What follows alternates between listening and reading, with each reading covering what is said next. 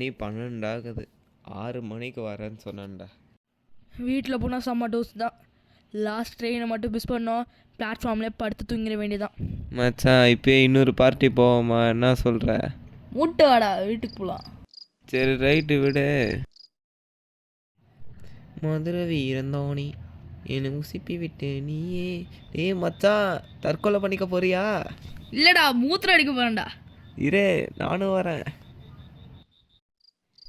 பொதிகை மலையை பிரிந்து என் பார்வையில் நெளிந்தது தென்றல், அதை நான் பிடித்து. இதெல்லாம் இப்போ ஒழுங்கா போடுறா, வளர பிடிப்பானவா. ஒரு ஃப்ளோவில் பாடிட்டு இருக்கேன், வந்து நிறுத்துற. இதுக்கு எஸ்ஜே சூர்யாவே பரவாயில்ல. ஒரே அசதி, முதுகெல்லாம் வலிக்குது. எவன்டா அவன் இந்த நேரத்துக்கு கால் பண்ணுறது? ஐயோ மம்மி. யாரா? மம்மி.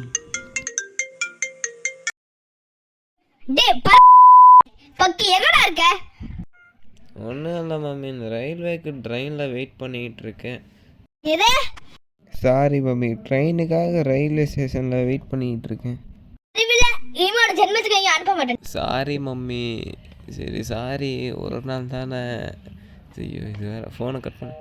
ஐயோ எங்க வேறு சபா, லேட்டாக வரக்கூடாதா?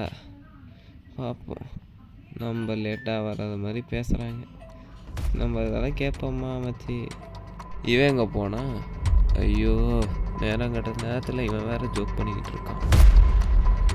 அடே எங்கடா போன?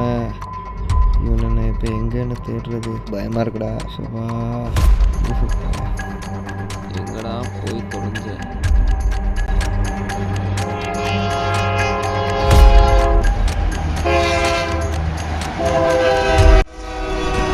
நம்ம ட்ரெயினே வந்துருச்சுடா. ஓ எங்கடா போன? வாடா.